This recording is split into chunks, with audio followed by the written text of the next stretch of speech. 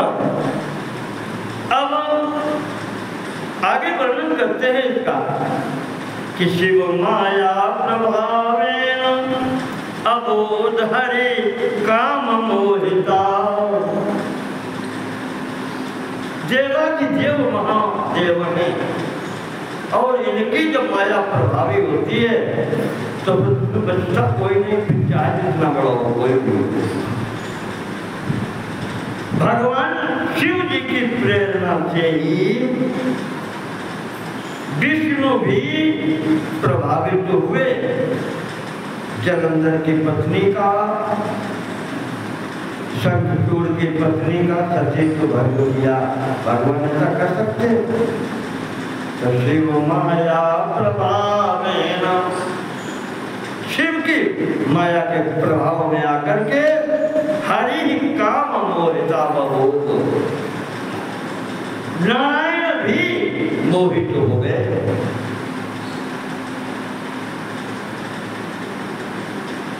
इंद्र तीनों लोगों का स्वामी जो इंद्र है वो अहिल्या पर मोहित हो गया। यही माया है जो उसमें कहा गया है। माया बहुत बलवान है, भगवान के फिर अतिरिक्त ऐसा कोई नहीं है कि जिसके आगे वो हाथ जोड़ के खड़ी हो। भगवान के समक्ष वो हाथ जोड़ के खड़ी होती, अन्यथा कोई ऐसा नहीं है। शिव बिरंती को मोई को है बपुरान, वहां तो कह दिया शंकर जी को भी नहीं तोड़ा। ब्रह्मा शंकर नारायण कोई भी हो, जो चाहते हैं वो होता है। तो बात ध्यान आएगी, बताए हैं भरतराज जी ने लिखा है।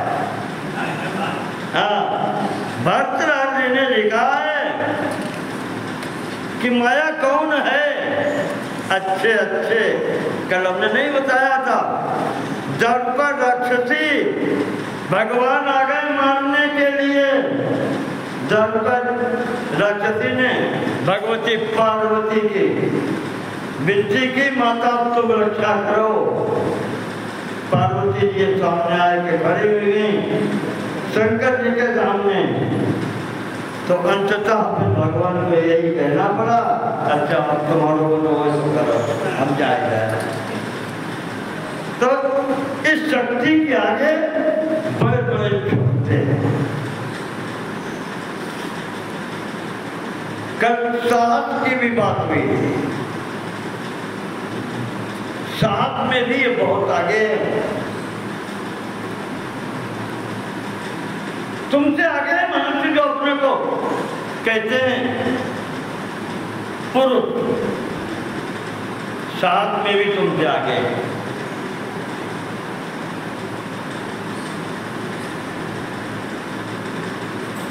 जैसे कल एक हंसी वाला आ गया था कि ऐसे ऐसे घर वाले होते हुए माता, कल हमने आपको सुनाया था कि माता जिसकी पार्वती हो और पिता शंकर जी हो, गणेश जैसे भाई हो जिनका नाम सुनकर के विघ्न भाग जाते हैं, कुबेर जैसे जिनके पड़ोसी हो, धन समृद्धि की कोई कमी नहीं हो, और फिर भी महाराज कार्तिकेय जी का आज तक विवाह नहीं हो पाया। शंकर जी के लड़का है तो फिर ये तो हो ही सकता है कहीं भी। तो भरतहर जी लिख रहे हैं कि शंभो स्वयं हरयो हरिणेक्षण। घर में स्त्री को अबला कह देते हैं, क्या ताकत है, तुम तो अबला।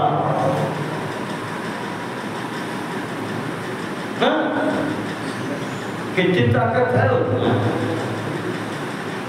शंभो स्वयं हरयो हरिणेक्षण ये न क्रियंत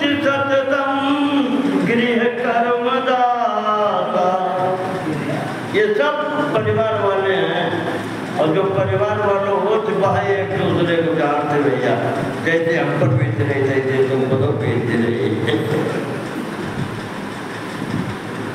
चाहे भगवान नारायण हो, चाहे शंकर जी हो, चाहे ब्रह्मा जी हो, जैसे तुम्हारे के रास्ते चलते ऐसे ही लोग चलते हैं।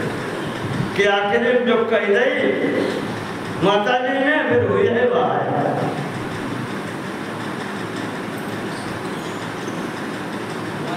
हाँ? कहा मत्तेव भरतजी लिखा कि मत्तेव कुंभदल में भुवि संसिदीरा। संसार में ऐसे ऐसे आदमी हो गए जो मतवाले हाथी को भी वश में कर लेते हैं।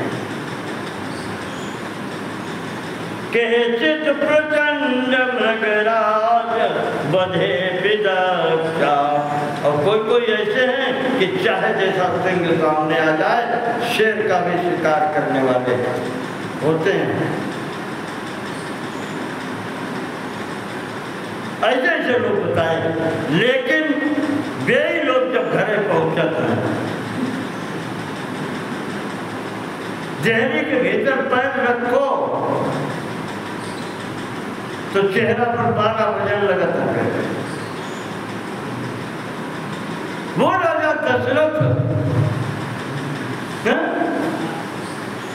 जिसके बाहर से इंद्र सुरक्षित महसूस करता अपने को, सुरपति बतई बाहुबल जाके, वो राजा दशरथ अब केवल दरवाजे पर अंदर होता और इतना सुनता है कि रानी कैकेयी को भवन में चली गई। राजा थर थर कांप गया। जो ही राजा कहता है सामने कि कई दुई सिर कहीं जम चाहलीना, रानी तुम्हारा अपराध किसने किया है, किसके दोष हैं, काल किसको आज लेना चाहता है। और वो राजा जब कांपता है तो ऐसे कांपता है कि फिर प्राण देने के सिवाय कुछ रह नहीं गया, प्राण चले गए। कहते हैं कि ऐसे ये भगवान की माया है जिसको तुम अबला कहते हो, ये अबला नहीं है। बड़े बड़े अच्छे इसके चरणों में सिर रखते हैं, ये शक्ति है भगवान की। तो यहां पर जो कहा गया पावको भी जगत श्रेष्ठो, ऐसे ही अग्नि का बताया गया है। अग्नि भी मोहित हुए हैं, कोई ऐसा नहीं है जिसके ऊपर ये माया लगी न हो, जो निर्दोष हो, चाहे देवता हो चाहे मनुष्य हो।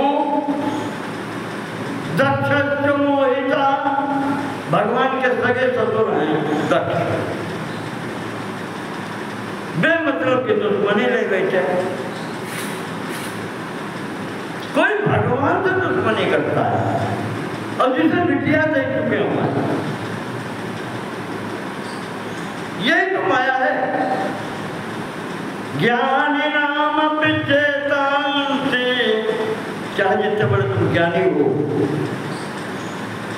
दुर्गा सप्तशती में आया है, ज्ञानी नाम पिचेतांति देवी भगवती बलादा कृष्ण मोहाय महामाया प्रेषति। वो महामाया जगत जननी, तो चाहे जितने बड़े ज्ञानी बलवान कुछ भी हो, जो चाहती है खींच के ले जाते हैं, उसके आगे किसी की नहीं चलती।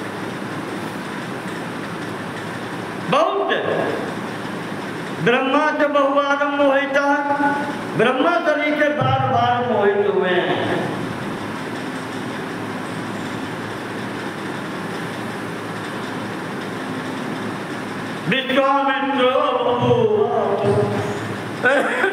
विश्वामित्र तरीके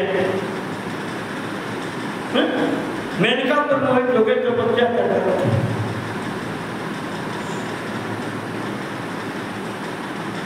पराशर जी नाव पे उतर करके जा रहे थे और वो मल्लाह की लड़की को देख करके मोहित हो गए।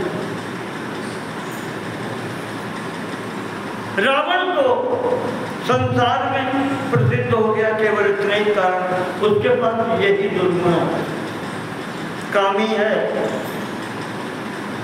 क्रोधी है।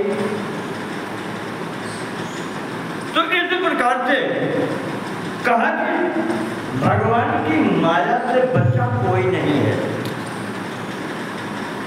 और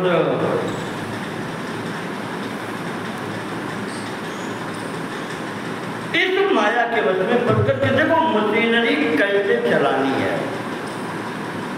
चक्कर जैसे बनता है, सब पुर्जे एक जैसे नहीं होते। एक बात याद रखना, दुनिया में जैसे कह दिया जाता है कि सब एक से हो जाए, वही नहीं होते। ट्रैक्टर में कहीं पर लंबा बोल्ट होता है, कहीं पर डिगरी होती है, कहीं पर पिस्टन और वो होता है, कहीं पहिया गोल होता है, तरह तरह के। और ये ऐसी ही रहेंगी। कोई ये कहे कि सब पुर्जा एक जैसे बनाए के क्या बन सकता है? नहीं बन सकता। तो सृष्टि में प्रत्येक शरीर का महत्व है। हर प्रकार के शरीर की आवश्यकता है। आत्मा तो सब में एक है, आत्मा सब में एक, और सामग्री भी सब एक है। जैसे ट्रैक्टर में सब लोहे, लेकिन बोल्ट अलग है, डिबरी अलग है, पहिया की बनावट अलग है, बॉडी की बनावट अलग है, इंजन की एक एक प्रोजेक्ट देख लो, सबकी बनावट अलग अलग है। ऐसे चलाने वाला एक, ड्राइवर तो बैठा है, या बनाने वाला भी तो चलाने वाला बनाने वाला एक, हम सब लोग पुर्जा है उसमें। जैसा वो चला रहा चल रहा है, तो पुर्जा बनी के लगे रहा। बस ध्यान इतना रखिए कि हम किस मशीनरी के पुर्जा हैं। जाना कहो कि हमको जाना है। नहीं, मशीनरी में अगर बोल्ट जाता है कि हम चलन आएगी मशीन, तो बोल्ट तो नट निकाली फेंक दो दे, नौ लगाई दो दी, तो नाली पड़े दिखाई पड़ी होगी। हाँ, केवल ये है कि जो ये मशीन चल रही है परमात्मा की, इसको सहयोग करते रहो। सहयोग करो कि मालिक खुद होगा, और नहीं तो भगवान की सृष्टि में सहायक नहीं बनोगे, उसके अनुकूल नहीं जुड़ोगे, तो नरक में जाना पड़ेगा। यही नरक है, निकाल फेंक जाएगा। नरक में जाना पड़ेगा। ये पाप निर्ता जीवा, भगवान की बात को जो नहीं मानता है, यही तो पाप है। भगवान ने जो रास्ता बताया, जो आचरण करके दिखाया तुम्हारे सामने कि ऐसे लड़का बनो, ऐसे बाप बनो, ऐसे माता बनो, ये करना चाहिए तुमको, सब चीज उन्होंने दिखाई है। उस मार्ग पर करो। भगवान को मानने से पहले भगवान की मानो, भगवान की बात मानो। जो उन्होंने कहा कि इस रास्ते पर चलो, उस पर चलो, और जो भगवान के बताए रास्ते पर नहीं चलता है उसे ही नरक जाता रहता है। उसके लिए नरक के दरवाजे खुले हैं। सुनील कुमार जी कहते हैं पाप कौन कौन से हैं? अच्छे कामों की बात चले तो पाप भी सुन लो थोड़े। परस्त्री द्रव्य संकल्प चेतसा अनिश्चित चिंतनम अकार्याभिनिवेशश्च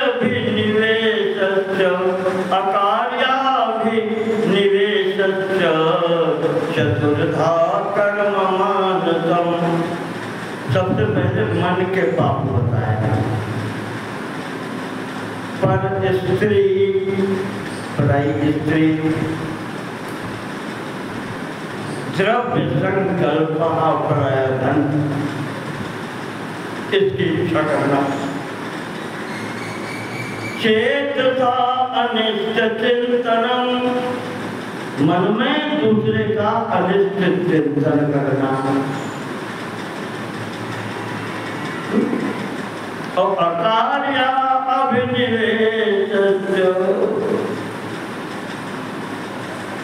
बिना मतलब किसी का अभिनिवेश, मारना पीटना, ये मानसिक चिंतन है। बुरा चाहना किसी का बुरा चाहना, ये चार जो बताए गए हैं ये चतुर्धा कर्म मानसम है। उसके बाद में वाणी से पाप क्या है, चार वो भी बताया। अविभक्त प्रलापत्वम, बेमतलब की बात करना, ये भी पाप है वाणी का। कोई मतलब नहीं, अपने आप पर बुराई है। प्रलाप कहते हैं जिसका उस स्थान पर कोई जरूरत नहीं है, वो बात करना। अविभक्त प्रलापत्वम असत्यम, झूठ बोलना। अच्छा, अप्रियम जयतो, और अप्रिय बोलना, कड़वी बात, बार बार। कभी कोई बात आई तो हित अगर किसी का करना है तो फिर अपना अगर आदमी है तो उससे अपनी बात भी कही जा सकती। भैया तुम्हें गुरु जरूर लग गई, लेकिन ऐसी स्थिति है तो उस तरीके से समझाई जाती। नहीं तो परोक्ष वचन जिसको कहते हैं, कठोर वाणी भी मत बोलो। अब परोक्षता जपय शून्यम, बिना मुझे बात करना। उसके बाद में असत्य बोलना, झूठ, कड़वी बात बोलना जो प्रिय न लगे, तीन। और चौथी है परोक्षता जपय शून्यम, चुगली, इधर की उधर करना।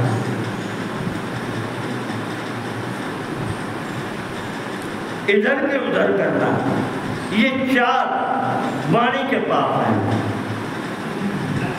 इसके पश्चात शरीर के पाप चारों भी हैं।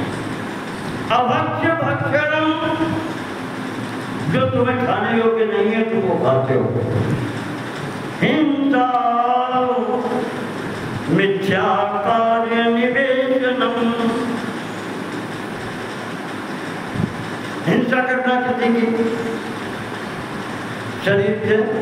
अब मारेंगे तो शरीर को मारेंगे, हाथ से मारेंगे, किसी से मारेंगे। अभक्ष्य भक्षण करना जो आपके लिए अनुकूल नहीं है, मांसाहार, खुरापान, ये सब चीजें हैं जो नहीं खाना चाहिए, वो तुम खा रहे हो। पहला। दूसरा, हिंसा, शरीर से किसी को कष्ट देना, मारना। मिथ्या कार्य निवेशनम, बेमतलब के काम कर रहे हैं, मिथ्या कार्य जिसका कोई प्रयोजन नहीं है, न अपने लिए है न किसी दूसरे के फायदे के लिए है। रास्ता में कोई पहुंच गए, जानते हैं आजकल जमाना जो है कि कुआं पानी नहीं है, पूछ रहे जिसको पूछ रहे कुआं पहुंच रहे, लेकिन मन में कहा है कि कोई गिरे नहीं। ये मिथ्या कार्य है।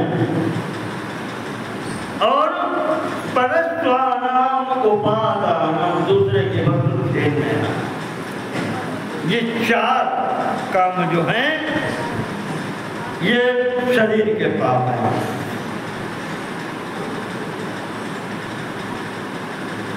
इसके पश्चात फिर तरह तरह के पाप और बताए। एक तो भगवान की निंदा करना, गुरु निंदा हरेर निंदा, भगवान की निंदा करना, गुरु की निंदा करना।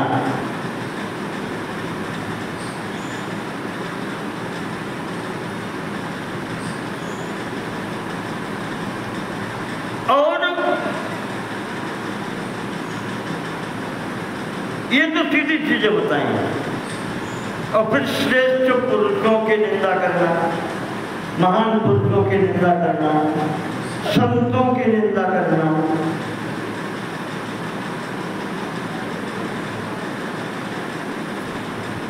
और इसके पश्चात ब्रह्मग्नस्य सुरापस्य, वही 5 जो हमने बताए महापाप बताए गए। एक तो ब्रह्महत्या, सुरापस्य शराब पीना, सुरापान, चोरी करना, और गुरु चल पगा, गुरु के आसन पर बैठना, गुरु की पत्नी की ओर बुरी दृष्टि से देखना, दोनों चीजें उसमें आती हैं गुरु चल पगा में।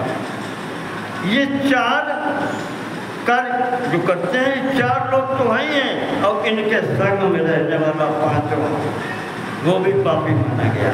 ऐसे लोगों का जो साथ करता है वो भी उसी श्रेणी में आता है।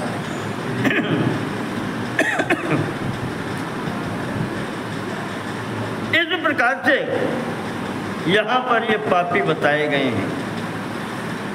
और सब जितने भी संसार के पाप हैं ये सब इनके अंतर्गत ही आ जाते हैं, सब इनके ही अंतर्गत आ जाते हैं। और जो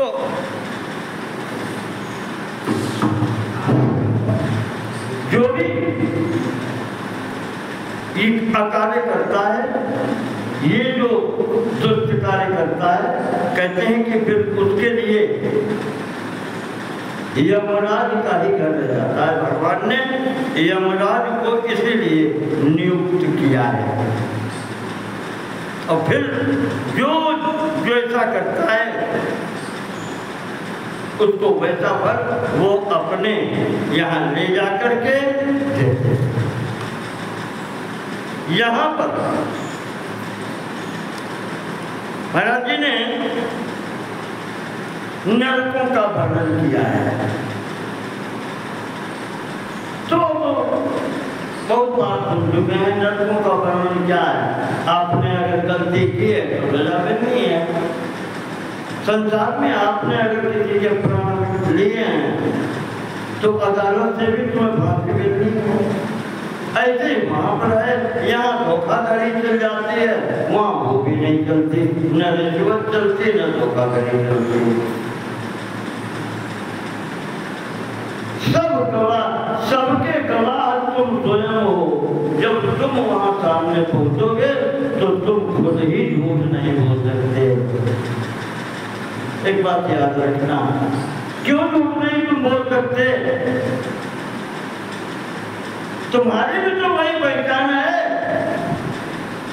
ईश्वर अंश जीव अविनाशी, चेतन अमल सहज सुख राशि। तुम ईश्वर के अंश हो। जब नहीं बोलता, तुम कैसे बोल सकते हो?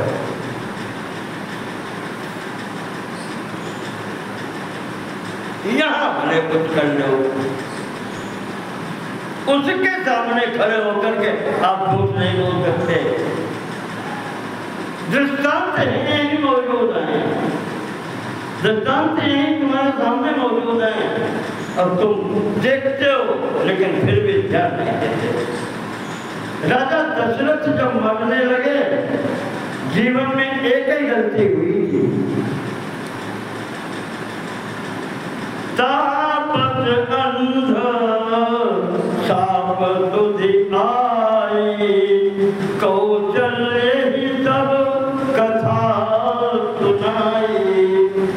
जब राम छोड़ के मन चले गए, आज अंतिम स्थिति में दशरथ जी पड़े हैं शैया पर चारपाई पर, वही याद आ रहा है कि हमने श्रवण कुमार के माता पिता के सामने क्या किया था। एक ही बात किया है, धोखे, वो भी जानबूझ के नहीं किया, धोखे से रात के समय पांच लग गया वो बच्चे के। भगवान के सामने नहीं, स्वयं जो होती है कि हमने ऐसा किया है। राजा के खिलाफ यहाँ मुकदमा चले तो कौन गवाही देगा? देगा कोई नहीं। राजा स्वयं निर्णय करता है कि ऐसा पाप किया है जिसकी सजा आपको मिलनी चाहिए। इससे अच्छा मौका क्या हो सकता है? आज मेरा पुत्र हमें छोड़ के चला गया, फिर हम रह करके क्या करना करेंगे?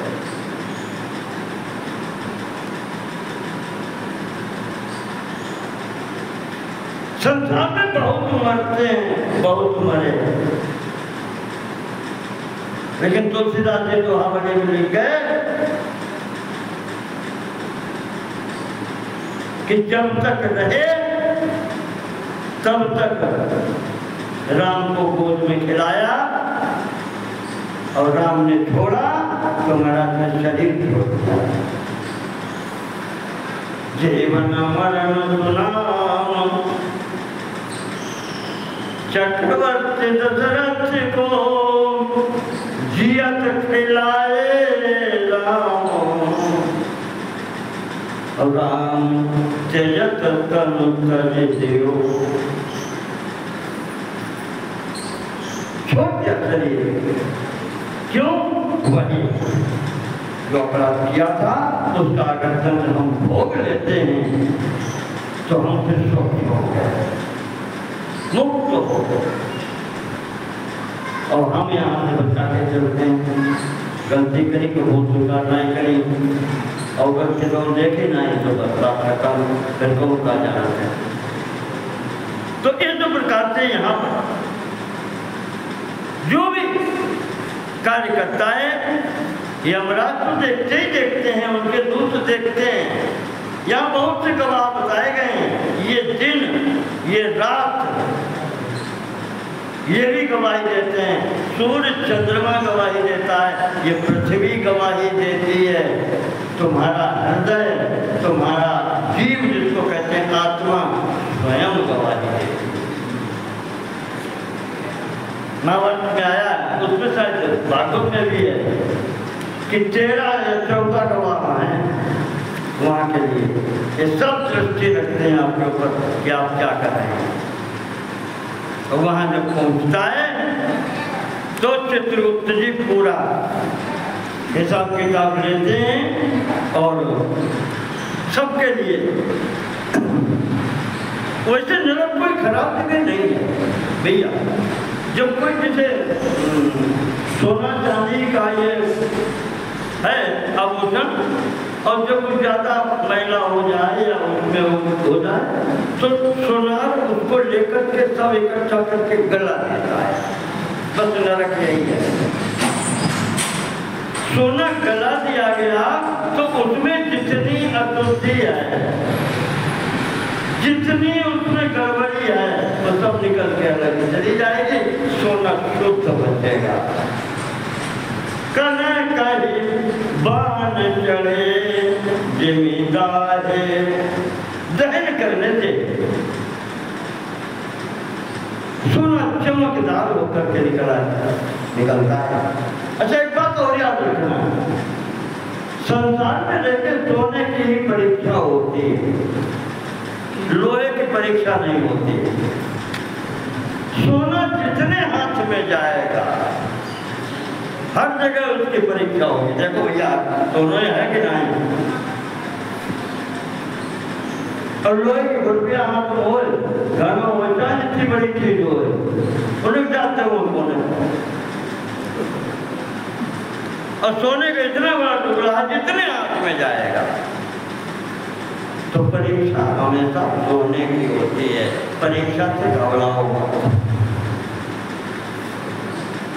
यथा चतुर्भी कनकम परीक्ष्यते निघर्षण छेदन तापतारणै।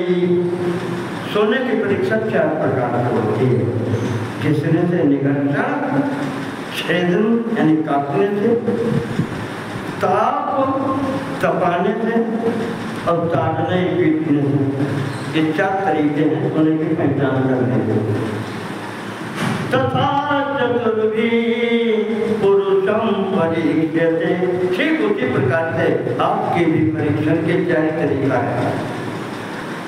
त्यागेन शीलेन गुणेन कर्मणा, आपके त्याग से आपके शुद्धता का पता चलता है, आपके आचरण से, शीलेन चार-चरण बातचीत, उससे पता चलता है। गुणेन आपके गुण से, और कर्मणा आप जो कर रहे हैं। ये 4 तरीके से मनुष्य की परीक्षा होती है। तो इसमें घबराना नहीं चाहिए।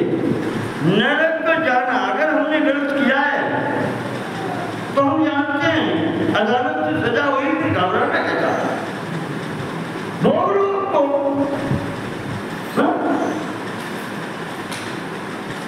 जिस भाव से कर्म किया उसी भाव से भोग लो, बस इतने।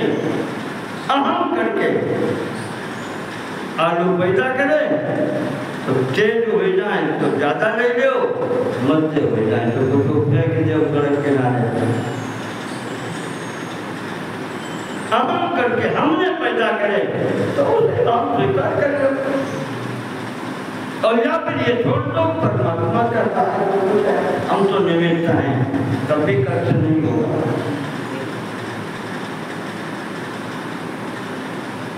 नहीं तो कुछ न कुछ लगा रहेगा, आना जाना लगा रहेगा। एक महात्मा जी कहते थे, कहा ये जो दुकान अच्छे बुरे कर्मों की यहाँ चल रही है, जो दुकान है, बुरा काम करोगे कोई बात नहीं आएगा, अच्छा करोगे तो ज्यादा लोग घेरेंगे। तो उन्होंने कहा कि अगर दुकान बंद करना चाहते हो तो एक काम करो, जिसको कर्जा है उसको कर्जा चुका दो, और जिस पर तुम्हारा कर्जा है उसको माफ कर दो, दुकान करनी बंद होगी। दोनों काम तुम्हारे, दोनों काम तुम्हारे हाथ में है। जिसका कर्जा लिया है उसका चुका दो, और जो तुमसे कर्जा ले गया है उसका माफ कर दो। दुकान है बंद, चलो छुट्टी, न रोना न गाना, और छुट्टी ही करनी है। जिसको कबीरदास जी कहते हैं कि दास कबीर जतन से ओढ़ी, ज्यों की ज्यों धर दीनी चदरिया। बचपन में जब माता के गोद में आए थे, 2-3 साल तक के बच्चे मुझे थे, निर्मल चित्त उसका देखो, न कोई छल, न कोई कपट, न कोई छुपाना। बाहर से कोई दरवाजे बुला रहा आवाज दे करके, भीतर ने कह दी कि जाओ कह दो नहीं करे। अब वो बच्चा निकलो होने के पापा को कहीं कह दे नहीं करे, बस वो छल है ही नहीं। छल यहाँ तुम ही सिखाते हो, झूठ बोलो, जब घरे बैठे हैं तो जगत कहते हो जाए नहीं, ये तुम सिखा रहे हो और बाद में तुम उम्मीद करते कि हम तो सही बोल रहे हो। बुकाय बोलिए, तुम्हें ट्रेनिंग करिए, 50 सालों को ट्रेनिंग दिए, जो ट्रेनिंग दी वो ले लो। तो ये चलता है यहाँ पर, कृत पापा नरकम यान्ति, पाप करोगे तो नरक जाना पड़ेगा, सब भोगना पड़ेगा। इसीलिए यहाँ पर ये तरह तरह के नरक बताए गए, कहीं 28 बताए गए, कहीं 84 बताए गए और कहीं कहीं तो अगणित कहे गए। ये इसलिए बताए जाते हैं कि तुम अपना चाल चलन अच्छा। हमने आपको इसी में बता चुके हैं 5 गुण अगर तुम ले लो तो तुम मनुष्य हो गए। अहिंसा सत्यमस्तेयम ब्रह्मचर्यम कल्कलम। अहिंसा, अगर तुम जिंदा रहना चाहते हो तो अगला भी जिंदा रहना चाहता है, ये याद रखो। जैसे तुम जिंदा रहना चाहते हो ऐसे अगला प्राणी भी जिंदा रहना चाहता है, चाहे पशु हो, चाहे पक्षी हो, चाहे आदमी हो, कोई भी। तुम रहना चाहते हो तो दूसरे को भी रहने का अधिकार है, उसको सताओ नहीं, उसके हिस्सा करो। सत्यम, जब भी दूसरे से बात करते हो तो क्या कहते हो, चाहे कसम खिलाओ क्या होते हैं, देखो सही बताइए, झूठे ना बोलिए। दूसरे से हम ये सोचते हैं कि ये हमारे सामने सच बोल रहे हैं, भाई हमें का हम काहे बोल रहे हैं। जो तुम दूसरे से सोचते हो वो तुम भी पालन करो, तुम भी सच बोलो। और अस्तेयम, चोर को बाजार में काहे मारना लगा, बुरा गलत है ना कि चोरी करी, इसका मतलब चोरी करना बुरा करना है, फिर तुम काय का खवाए। छोटी होता है बड़ी हो, कोई भी कार्य संसार की नजर से छिप के करने का तात्पर्य चोरी। अपनी जरूरत से ज्यादा कोई चीज ले लेना मतलब चोरी। नारद जी ने कहा है, भागवत में आया है कि अगर हमने चोरी की है तो हमने किसी का हिस्सा लिया है, इसका मतलब किसी न किसी व्यक्ति को वो चीज नहीं मिलेगी। और चोरी भी ये भी है बिना उसकी मर्जी के लिए। उपनिषदों में कथा आती है, 2 भाई हैं, शंख और लिखित। शंख तो मुक्ता बड़े थे, लिखित छोटे थे, दोनों के आश्रम अलग अलग हो गए। तो लिखित महाराज के छोटे भैया थे, एक दिन बड़े भैया के घर पहुंचे आश्रम में। बड़े भाई कहीं गए थे तो ये बाहर बैठे थे, बगीचा लगा था, बगीचे में बैठे पेड़ के नीचे, आम का पेड़, देर हो गई तो उससे ये मौसम था, वो आम गिरा पका हुआ, उठा करके खा लिया।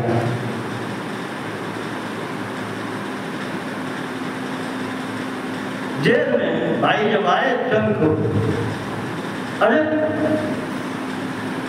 तुम कब आए? तो उन्होंने कहा भैया हम तो सुबह से बैठे हैं, तुम तो भूखे हो। ये बड़े भाई पूछ रहे तुम तो भूखे हो, तुमने सवेरे से आए हो तो सुबह के गए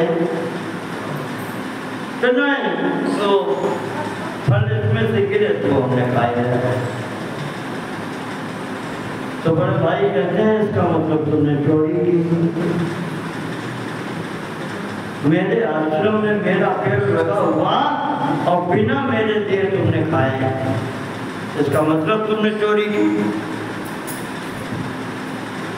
अब चुप। बड़े भाई की वस्तुओं पर छोटे भाई मुझे नहीं, आजकल छोटे देखा होगा लोगों। अच्छा फिर खाए पीवे वाले चोरी नहीं होते, आजकल को लोग कह देते हैं। लेकिन विचार करो, बड़ा भाई कहता है तुमने चोरी की है, तो मान फिर भैया क्या करें कि देखो तुमने चोरी की है और चोरी का दंड देने का अधिकार हमारा नहीं है, इसलिए राजा है, राजा के पास जाओ और उससे बताओ कि हमने चोरी की है और उससे सजा हो जाकर महाराज लिखित चल दिए। जो राजा था वहां का, राजा के पास पहुंचते हैं, उसने देखा ऋषि आ रहे, उसके प्रणाम किया कि नहीं महाराज पहले सिंहासन पर बैठो, ठीक है सब। महाराज ने कहा आप बैठो कि नहीं, आज हम दूसरे काम से आए, पहले अपने सिंहासन पर आप बैठो, आज हम नहीं बैठे, आज्ञा है बैठो। राजा सिंहासन पर बैठता है। लिखित महाराज कहते हैं कि महाराज हमने चोरी की है, हमें सजा दो, दंड दीजिए, हमने चोरी की। राजा ने पूछा क्या हुआ, तो इन्होंने पूरी घटना बताई। तो बात सबके दिमाग में आ जाती, भले आदमी है, कोई रोज की चोर तो है नहीं, अब बड़े भैया के हिंद लेके कोई चीज खाए नहीं। राजा ने कहा कि अगर आप अपने को चोर मान रहे, ठीक, हमें राजा मान रहे, तो हमें अधिकार है कि किसे हम सजा दें और किसे ना दें। जाओ महाराज हमने माफ कर दो। लिखित महाराज खड़े हैं सामने, कहीं नहीं राजन, जब धर्म से भ्रष्ट हम नहीं हो रहे तो धर्म से भ्रष्ट होने तुम्हें भी नहीं देंगे। अगर कोई राजा अपराधी को क्षमा दे देता है तो उस पाप का भागी राजा होता है। ऋषि कहते हैं कि राजन पाप मैंने किया है, तुम मुझे क्षमा कर रहे हो, इस पाप के भागी तुम हो जाओगे और ऐसा हम होने नहीं देंगे। हमारा राजा पापी नहीं हो सकता और हमारी वजह से होता है, नहीं होने देंगे बेटा। इसीलिए शुक्राचार्य जी अपनी नीति में लिखते हैं कि यदि क्रोध भी क्या राजा भी स्वधर्म निरतम भवेत, ब्राह्मण वो है जिसके चलते राजा भी अपने धर्म का पालन करता है, ब्राह्मण वो होता है। स्वयं तो करते करता है, अपने राजा को भी धर्म से गिरने नहीं देता। लेकिन कहते हैं महाराज दंड देना पड़ेगा आपको, हम आपको पाप का भागी नहीं होने देंगे। पाप हमने किया है, दंड आपको देना पड़ेगा। आपके यहाँ कौन सी सजा है जो चोर को दी जाती है, का हाथ काटे जाते हैं।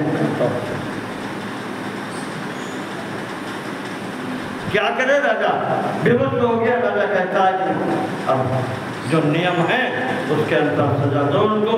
लेकिन महाराज के दोनों हाथ काट दिए गए।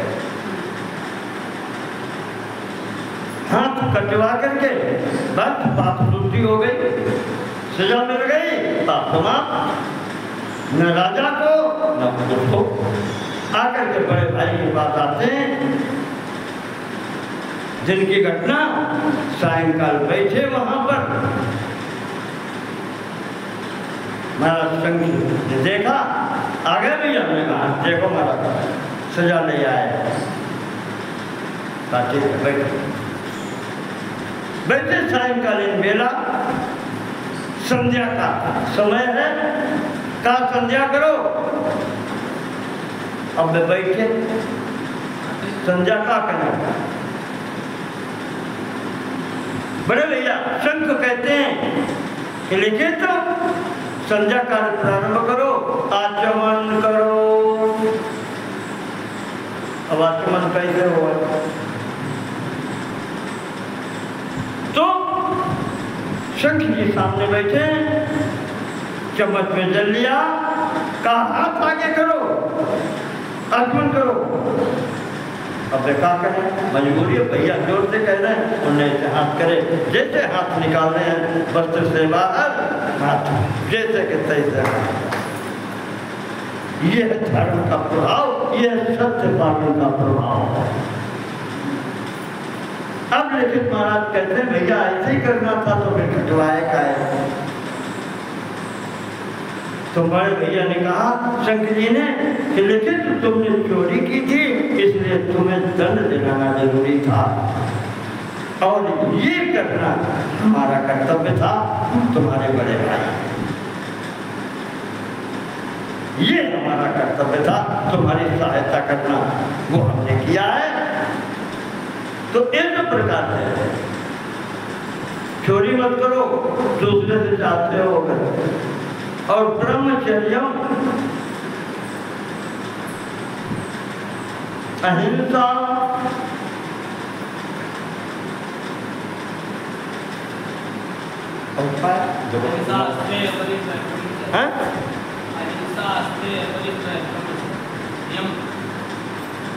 हाँ अहिंसा दो चीजें बताई हमने आपको, अस्ते तो तीसरी चीज है, पीछे दो चीजें बताई हैं। किसी को कष्ट मत दो, हाँ, और झूठ मत बोलो, सत्य अहिंसा, हाँ अहिंसा सत्य मत्तेयम, तीसरी चीज है चोरी न करो, और ब्रह्मचर्यम, ब्रह्मचर्य का पालन करो। इस पालन कराने के लिए ही इस संसार में ये विवाह कर्म कराया गया है आपका, इस ब्रह्मचर्य का निर्वाह करने के लिए। किसी एक के प्रति समर्पित हो, जानवरों जैसे हर जगह चलते मत घूमो, किसी एक के प्रति समर्पित हो जाओ, बस। ये सब ये ब्रह्मचर्य में ही आता है। जैसे मैंने आपने कहा कि जिनमें एक समय जो भोजन करता है सायंकालीन सूर्यास्त से पहले, उसका व्रत माना जाता है। तो यह आपका गृहस्थ आश्रम भी ब्रह्मचर्य का बेटे बात अपना विधान के साथ करो, कैसे पत्नी को रहना है। और अंतिम है अपरिग्रह, यानी संग्रह। वही बात जो चोरी वाली बात बताई थी, वही यहाँ पर भी आती है। परिग्रह करना, वस्तु बहुत ज्यादा इकट्ठी करना। भाई जब हम इकट्ठा ज्यादा करेंगे तो किसी का हिस्सा जाएगा। भगवान ने अगर 8 अरब इस समय मनुष्य हैं पृथ्वी पर लगभग, और उसके बाद में पशु पक्षी जितने सब होंगे, इतने प्राणियों के लिए एक निश्चित खाना पीना सब यहीं पे उपलब्ध है, किसी दूसरे ग्रह से तो आता नहीं, सब उपलब्ध है। हर व्यक्ति के हिस्से की वस्तु परमात्मा ने दी है, और अगर आपने 10 गुनी इकट्ठी की है, इसका मतलब है कि आपने 9 लोगों का हक मार दिया। 9 लोग अब भूखे मरेंगे या कुछ न कुछ उनका होगा। कहीं भी संसार में आप देख लो, अगर एक देश अमेरिका जैसा बहुत बड़ा है तो चलो दिखा देंगे, 20 देश ऐसे हैं जहाँ भूखों मरते हैं। ये मत करो, ये 5 गुण जिसके अंतर्गत आ जाए वो मनुष्य कहलाने का सच्चा है। मनुष्य फिर वही। और कोई भी व्यवस्था भंग संसार में नहीं होगी अगर इतना कर रहा फिर पांचवे खुले तो इस प्रकार से उसको फिर नरक भी नहीं जाना पड़ेगा। इसी संबंध में महाराज जी ने कहा फिर बचने का कोई उपाय है? कहा अब आई रास्ते पर बचने का उपाय है। सर्वप्रथम यहाँ जो कहा गया है महाराज जी ने,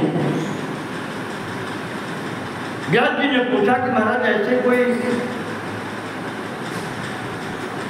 चीज है या व्रत है या कर्म है जिससे नरक न जाना पड़े, महाराज वो बताओ। तो सनत कुमार जी कहते हैं कि एक बात तो सदैव ध्यान में रखना कि अवश्यम ही कृतम कर्म भोक्तव्यम अविचारतः। तुमने जो कर्म किया है उसका फल भोगना ही पड़ता है, ये सदैव याद रखना। शुभाशुभम अथो वक्ष्ये, अब उसमें कोई शुभ कर्म होगा कोई अशुभ होगा, उसी को कहते हैं पाप और पुण्य। शुभ है अच्छा है तो पुण्य कर्म है, बुरा है अशुभ है तो पाप है। तो इस प्रकार से कहते हैं हम आपको कुछ शुभ काम बताते हैं। केवल शुभ कामों में यहाँ पर पहला कार्य जो बताया है वो बताया है दान। ये निकले विधि जी ने दान कर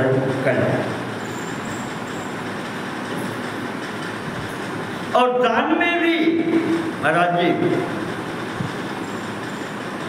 सर्वेषामेव दानानां अन्नदानम परम स्मृतम अन्नदान। भोजन कराना।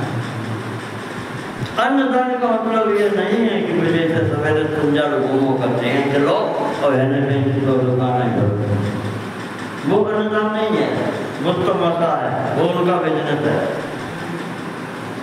अन्नदान का मतलब भोजन।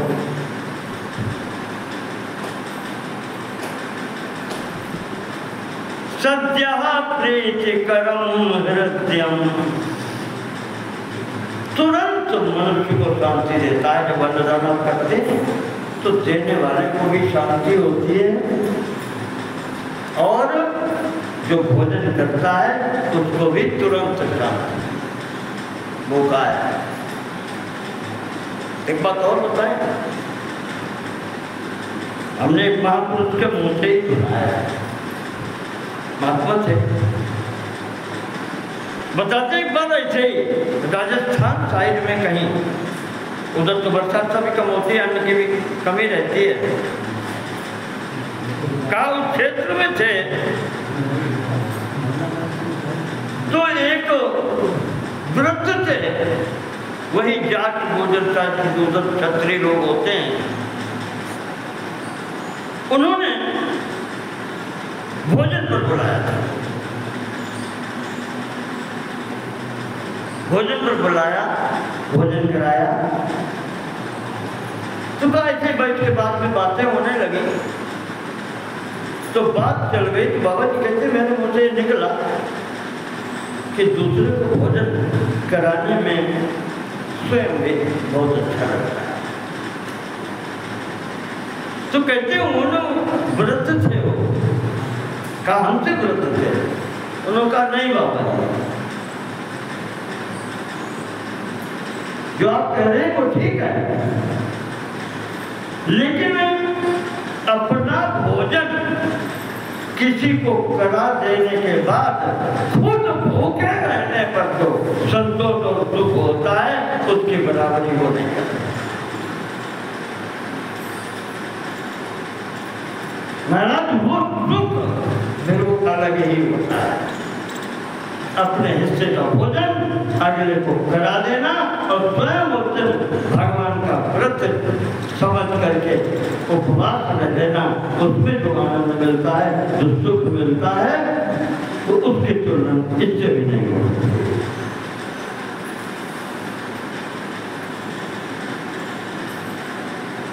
तो नान दान समम दानम विद्यते मुनिसत्तम। अन्नदान के बराबर अन्य कोई दान है ही नहीं, क्योंकि अन्न की जरूरत सबको है।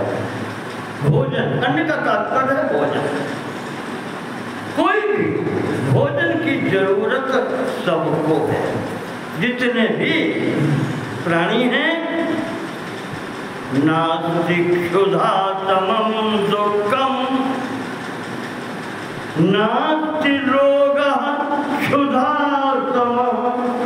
भूख के समान कोई कष्ट नहीं है और भूख के समान कोई रोग भी नहीं है। संध्या खाई पर सवेरे हुई थे ला, ये रोग कहो खत्म ही नहीं। नास्ति रोग समम सौख्यम और नास्ति क्रोध समम रिपुः। और सुख क्या है? कोई दुख न रहा है शरीर में, कोई कष्ट न रहा है, यही सुख है। और ये भूख सबसे बड़ा रोग और सबसे बड़ा कष्ट। जब तक शरीर रहेगा तब तक ये लगा है, तो दुख दूर कहाँ होगा। तो इसलिए तस्मात् अन्न प्रदानेन सर्वदान फलम लभेत। अन्नदान की बहुत विशेषता बताई गई है। लेकिन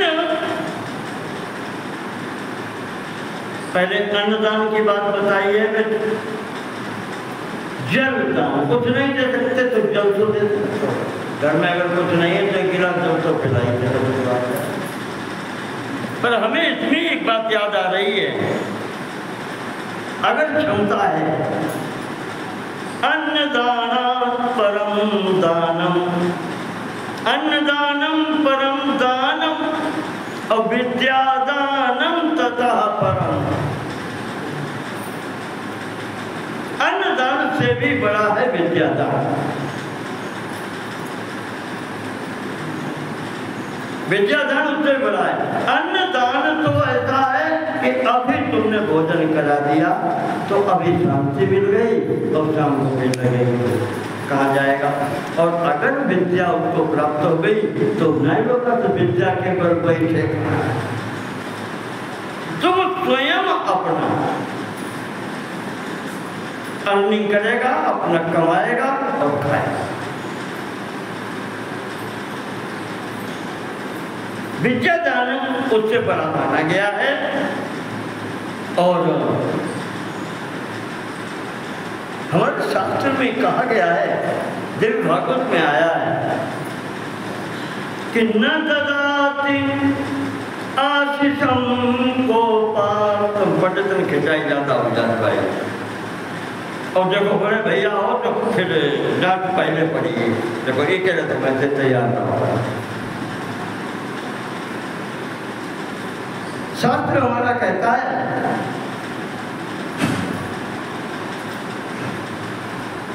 न ददाति आशीषम को पात प्रणताय चयोर्जः। ब्राह्मण अगर गुस्सा हो है और तुमने पैर छुए, अगर वो आशीर्वाद नहीं दे रहा है तो कहते उसको गौ हत्या का दोष लगता है। तुम क्या जितने गुस्सा हो या फिर पैर छुए हो तो आशीर्वाद दे रहो। न ददाति आशीषम को पात प्रणताय चयोर्जः। विद्यार्थिने च विद्यां च। विद्यार्थी आया है, विद्या पढ़ना चाहता है, वहाँ पढ़ा रहे हैं तो उसको शिक्षा दीजिए। विद्यार्थिने च विद्यां च, अगर ऐसा नहीं करता है सर्वोहत्यालभे ध्रुवम, उसको भी गोहत्या का पाप होता है। क्रोध के वशीभूत होकर के जो ब्राह्मण प्रणाम करने वाले को आशीर्वाद नहीं देता है, या जो गुरु शिक्षण कार्य कर रहा है और उसके सामने पढ़ने वाला बच्चा आया है और वो नहीं पढ़ाता है, तो कहती दोनों को हत्या के बाकी होती है।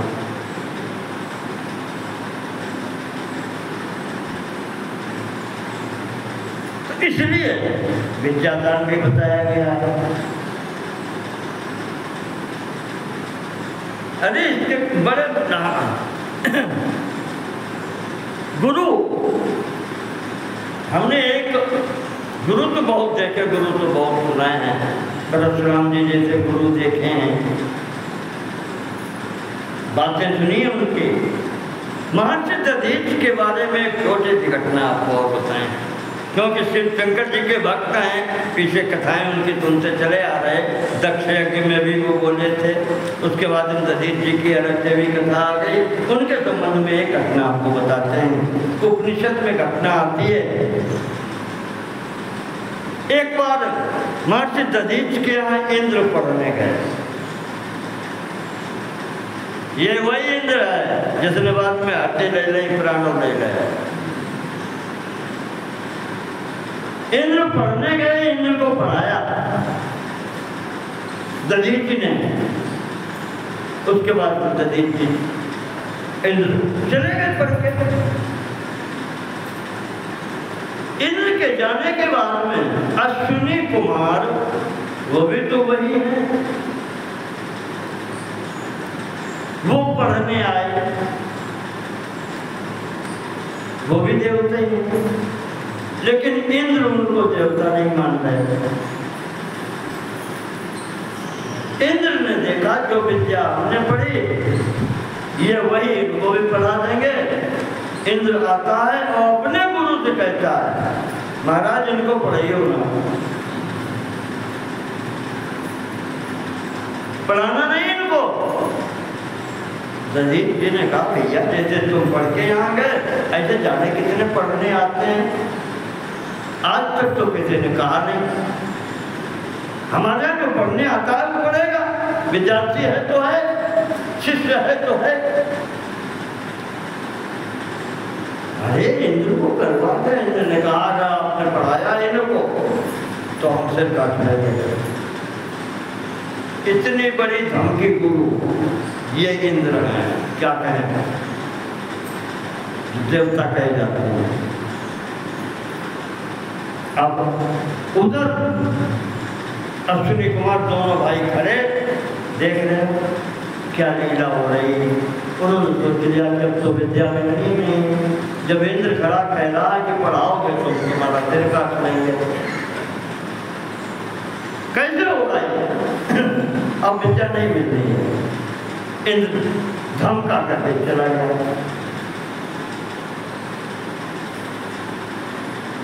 अश्विनी कुमार खड़े हैं कि गुरु जी देखें कहा दधीच जी ने कहा, बेटो कौन हो? परिचय पूछा कि हम सूर्य महाराज के पुत्र हैं। करते क्या हो? कहा हम डॉक्टर बहुत अच्छे हैं। अश्विनी कुमार दो भाई हैं, नाम है नासत्य और दूसरे का नाम है दशरथ। दो भाई हमारे डॉक्टर पढ़ चुके हैं।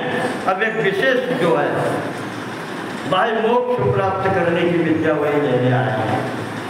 इंद्र कहता है मत लेना। कहा तुम अच्छे डॉक्टर ने कहा सर्जरी कर लेते हो, ऑपरेशन कर लेते हो? उन्होंने कहा हमारा शौक कर लेते।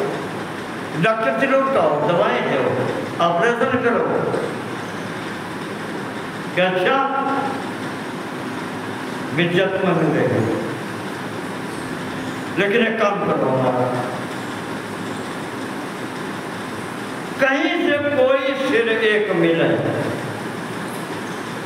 वो हमारो ये सिर काट के सुरक्षित रखे ले, और वो सर छोड़ जब आएगा।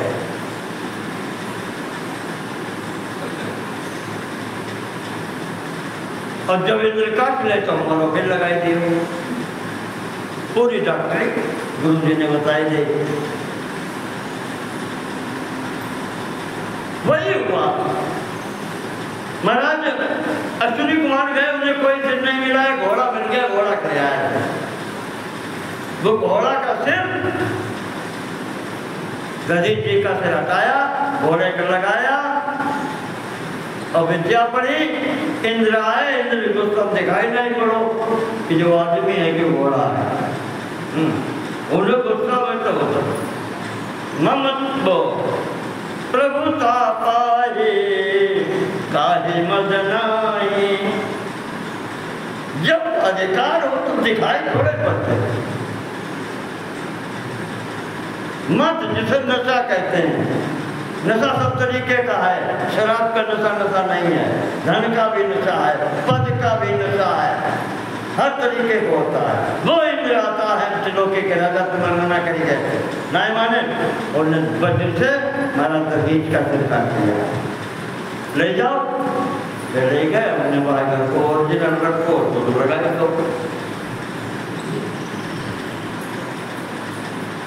तो भारत अधिकारी जहाँ पावे बूढ़ो बातन साधु दुरावई।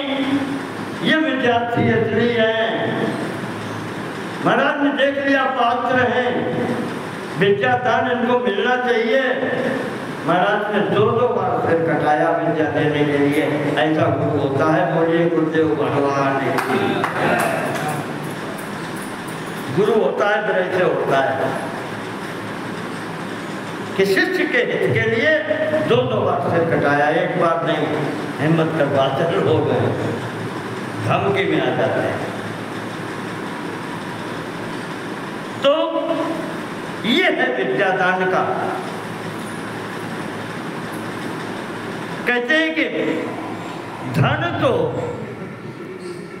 धन वाला आदमी तो उसकी पूजा यही होती है। धनवान जो धनवान है उसकी अपने देश में, अपने गांव में, अपने क्षेत्र में पूजा होती है, सम्मान होता है। स्वदेशे पूज्यते राजा,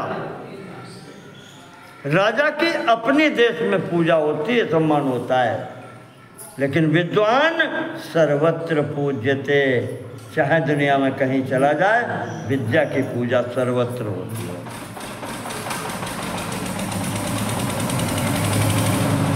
इसलिए विद्या का दान सबसे अन्न से भी बड़ा माना गया है।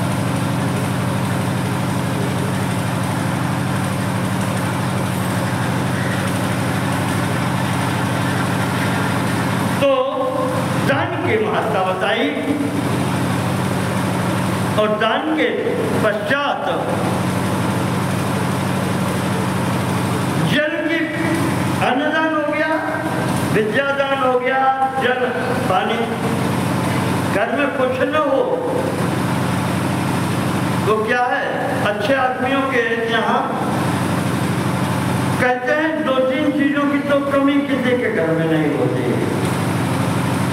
अच्छी वाणी, एक आसन चाहे जैसा और एक गिलास जल। कुछ भी न हो तो इतना हो वही सकता है। अच्छी वाणी, आसन और एक गिलास जल, इसमें क्या जाता है। कुछ भी न हो तो बच्चे ने कहा नहीं चलता भैया। कुछ भी न हो, न गिलास, न जल, न आसन, हम ऐसी जगह बैठे जहाँ मन बनाइए तो पानी में तेरे चिंता का है भाई। इसको हाथ जोड़ के कह सकता है कि भैया वो ये लोग तो चाहिए।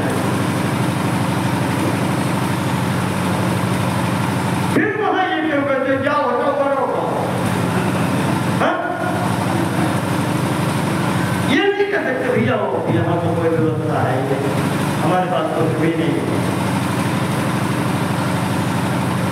तो बच्चे में कहा दरिद्रता, वाणी में कौन सी दरिद्रता है? अगले को कुछ नहीं दे सकते तो वाणी से अच्छे बहुत कुछ सकते हैं।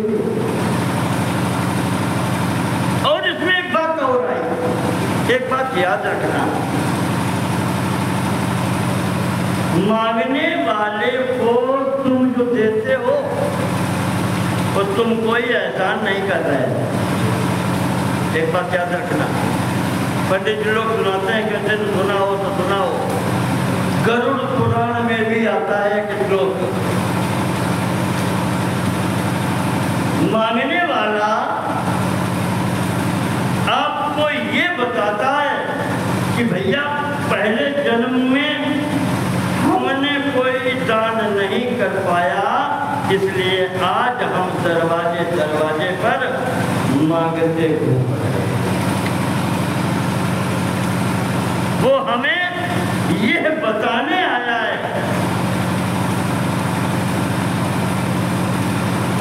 कि हमने नहीं दे पाया, इसके कारण हम मांगते घूम रहे हैं। शिक्षयन्ति जयातन्ते, जो मांग रहा है वो हमें शिक्षा दे रहा है।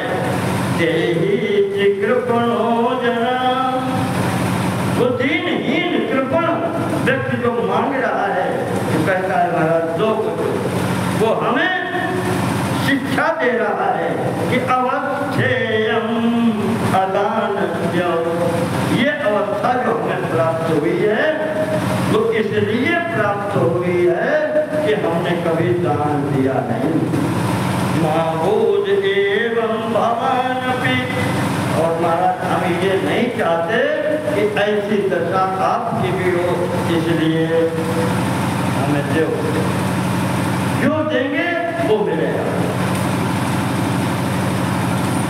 और जो दान देता है उसका प्रभाव बहुत बड़ा है।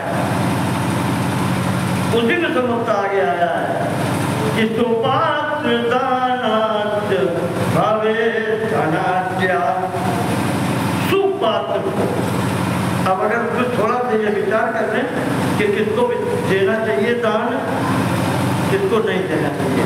अन्नदान बता दिया तो भूखा है उससे, या और जो दान आप बड़ा दान देना चाहते हैं, अगर अच्छे पात्र को दिया है, जिसे उसकी जरूरत है उसको दिया है,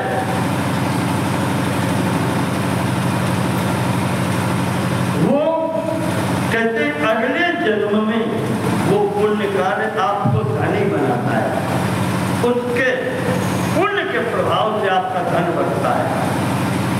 धन की धर्म आपको बता चुके 3 गतियां हैं, या तो दान कर दो, किसी दूसरे की सहायता कर दो, या भोग कर लो स्वयं, और ना तो तीसरी करते हुए कि या तो राजा ले जाएगा या घर में लड़का छीन लिए बैठे रहो देगा, राजा से चाहे जाओ लड़का नहीं मिल हो,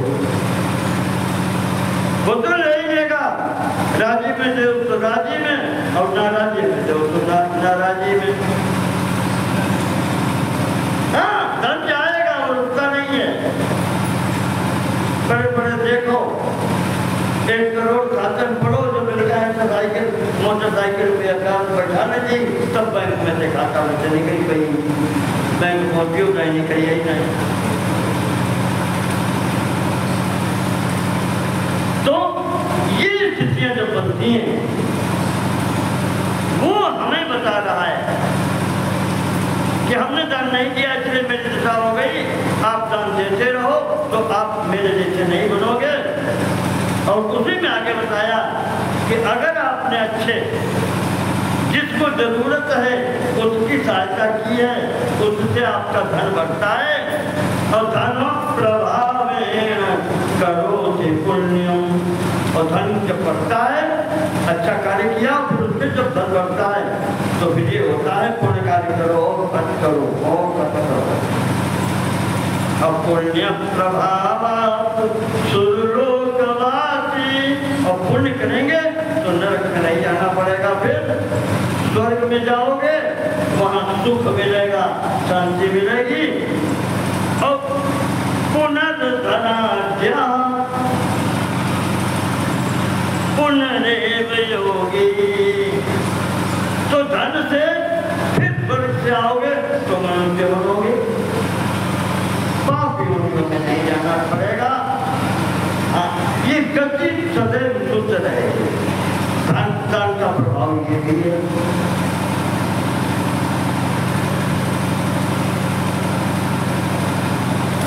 तो इस प्रकार से कहते हैं कि जो भी हो सके, जिस किसी प्रकार से हो, उसे दान करना चाहिए।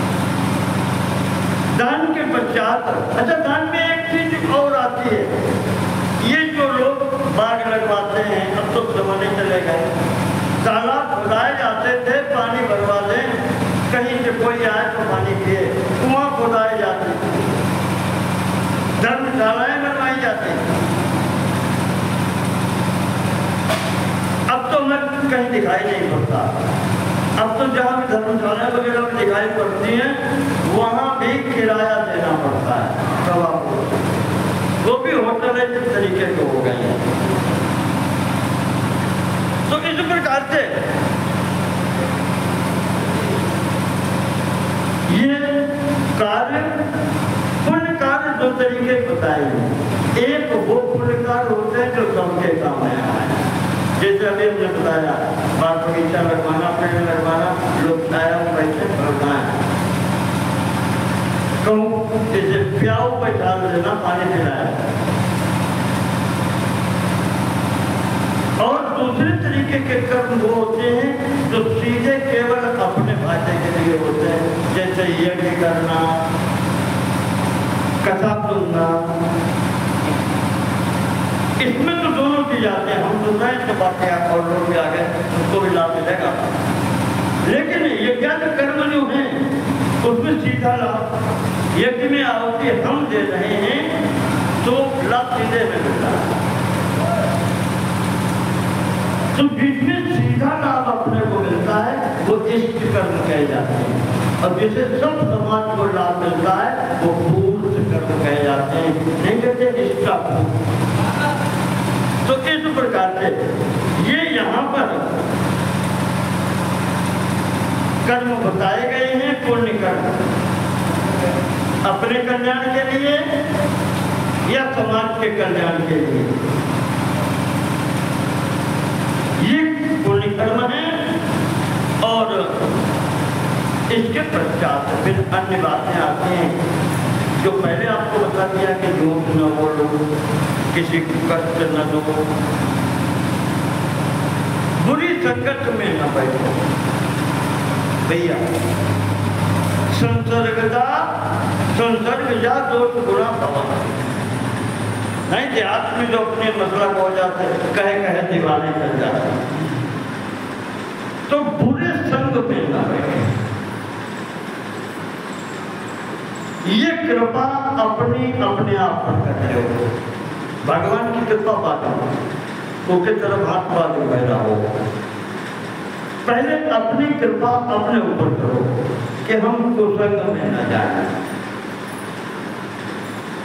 तब भगवान कृपा करेंगे तो कल्याण हो जाएगा।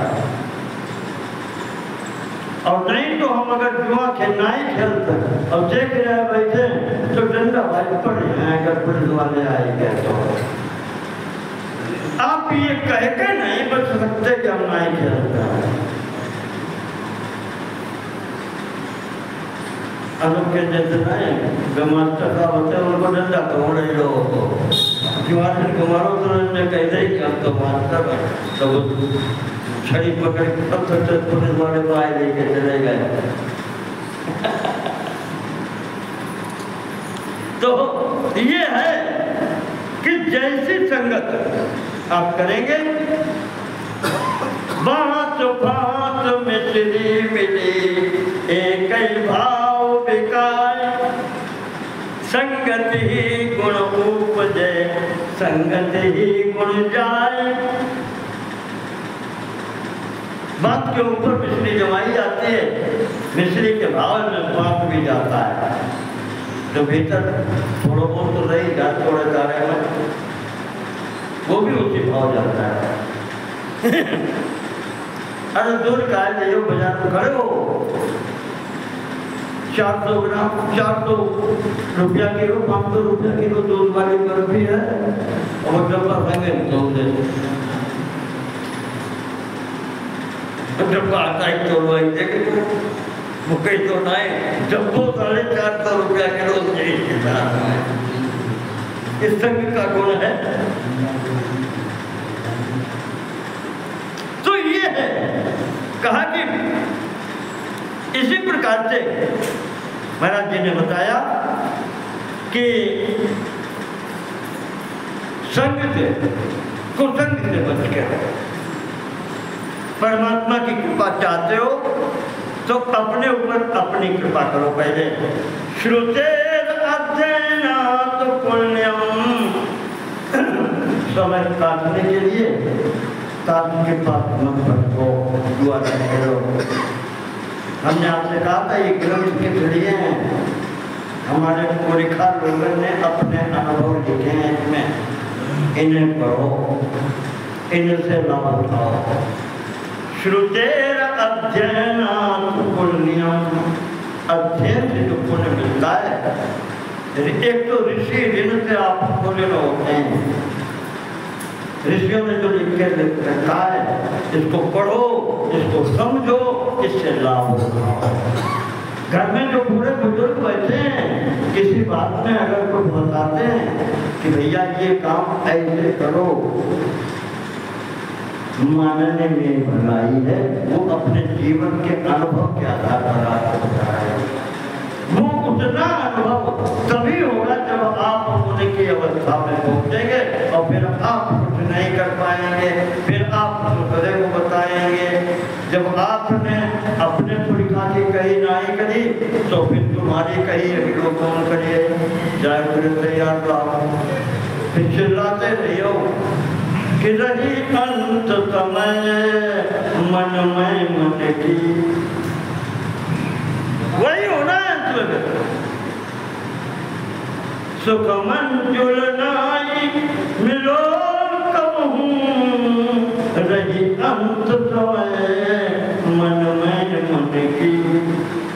नहीं मिलेगा, तुमने नहीं माना, तुम्हारी कौन मानेगा। तो कहा कि अच्छी किताबों का अध्ययन करो,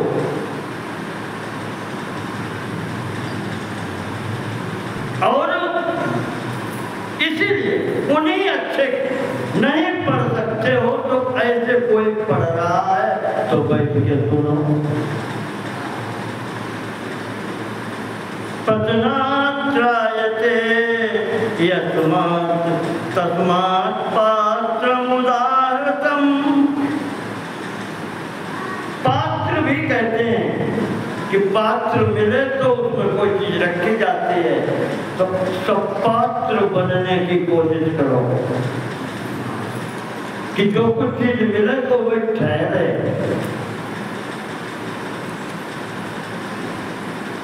पात्र बनने की कोशिश करो, और पात्र का मतलब है कि जो गिरने न दे। वही अभी हमने कहा था, पति जिस शब्द से बनता है उसी से पिता बनता है, उसी से पत्नी बनता है, और उसी शब्द से पात्र बनता है।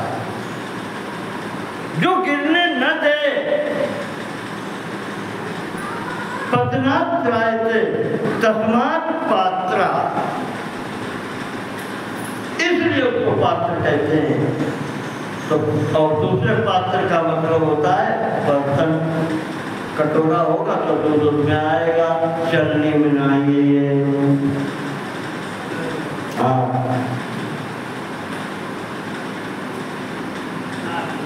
तो पात्र बनो,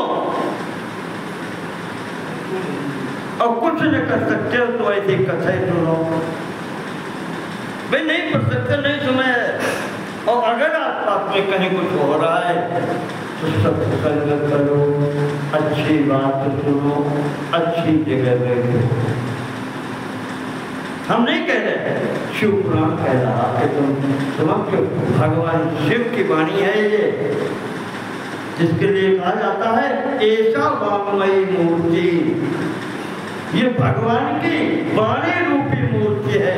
जैसे यहाँ पर ये पत्थर वाली मूर्ति रखी, ये वाणी वाली मूर्ति है, ये पुस्तक की होती है, इसीलिए इसकी पूजा होती है। ये भी भगवान का स्वरूप है।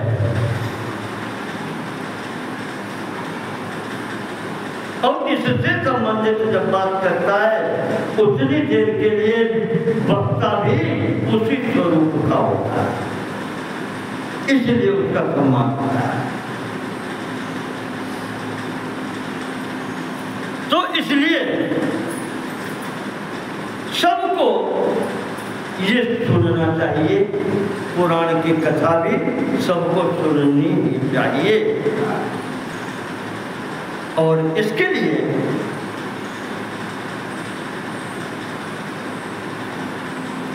कुल मिलाकर के यहाँ पर बात वही है, दान वाली रहती है।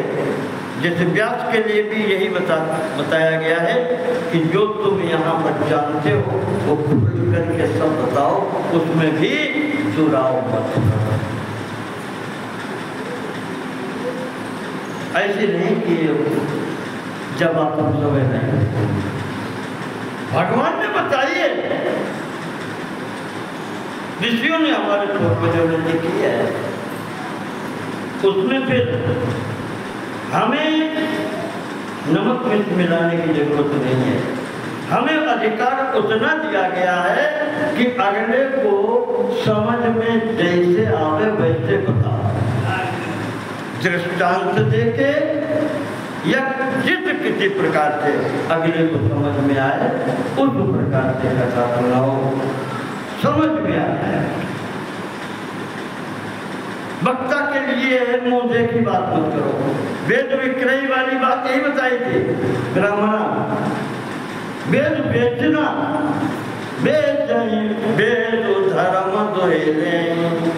वेद बेचना क्या होता है? यही होता है, हमने मंत्र पढ़ो भैया,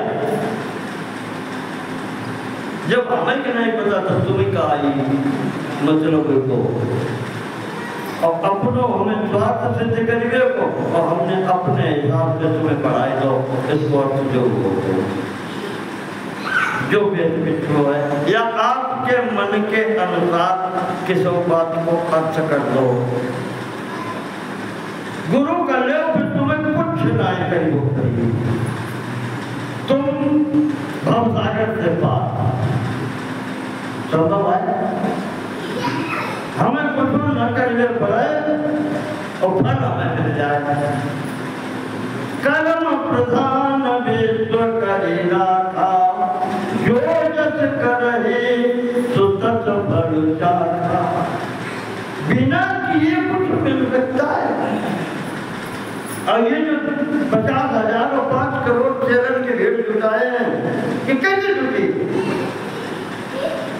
गुरु की बात मान गए, कोई ना क्यों मान लो, उनके दिमाग में केवल एक बात भरी गई कि गुरु कर ले तुम्हारा कल्याण। गुरु अपनों कल्याण नहीं कराए पहुंचाने के लिए गुरु जेल में बैठे हैं। अब कौन नाम है? उनकी गलती नहीं है, सब ऐसे नहीं है, उनकी गलती नहीं है, आप ये ध्यान रखियो। हाँ, ये सत्ता पक्ष का मामला है, उसके मार्ग में तो विरोधी बने तो मैं उठाई जेल में डाला। सब दोषी नहीं है, कोई है, हर आदमी दोषी नहीं होता। इसमें बड़े सत्ता पक्ष खेल चलते हैं। चलो, तो बात अंतिम यहाँ पर हमें स्थगित करते हैं कि इस प्रकार से यहाँ पर जो कहा गया है, अंतिम स्थिति में देने वाली बात यह कही गई है कि यद यद इष्टतमं लोके, आपको जो सर्वाधिक प्रिय वस्तु हो, तदस्ति दयितं गृहे तत्तद गुणवते देयम्। जो आपको अच्छी चीज लगती हो, जो सबसे अच्छी चीज हो, वो दान करो। लोग भगवानों खिलाए कि वो नोट को बाजारों में आई तो तुमको वेट कराए जाते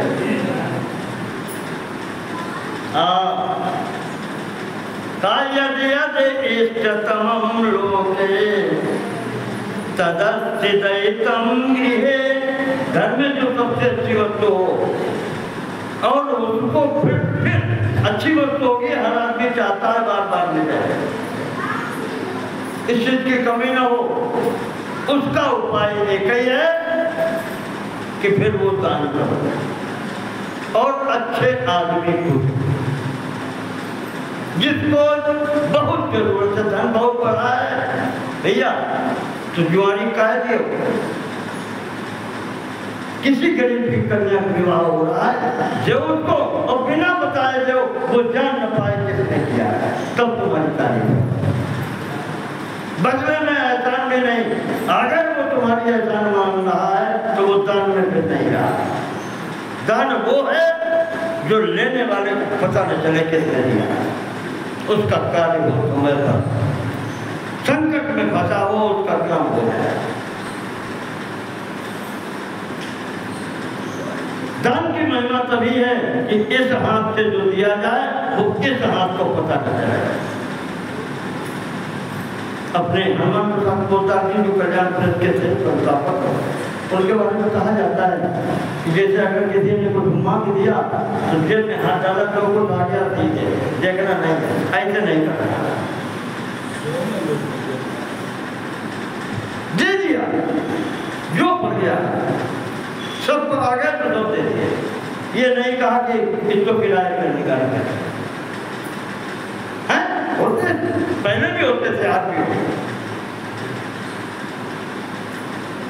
तो दान की मुख्य बात हमने आपको बताई, अंतिम दान बताया कि यद्यपि इष्टतमं लोके, जो सर्वाधिक प्रिय है